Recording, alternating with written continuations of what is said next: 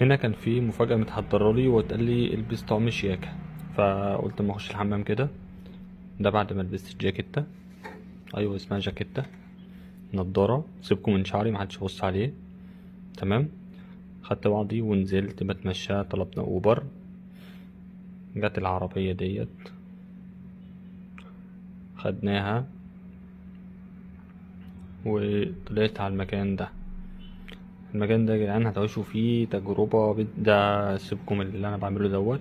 دي كانت فرحة لما عرفت اللي هيحصل. تمام. هنا اترددت بقى لما عرفت ايه اللي هيحصل بجد، لان إيه لما تعرف حاجة انت هتعملها غير لما ايه تيجي تجربها بجد.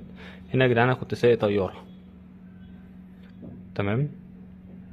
طلعت كده انا بيها، وكان معايا طبعا مساعد الكابتن جنبية كان بيقول لي اعمل ايه بالظبط. طلعت بيها من القاهرة لغاية اسكندرية.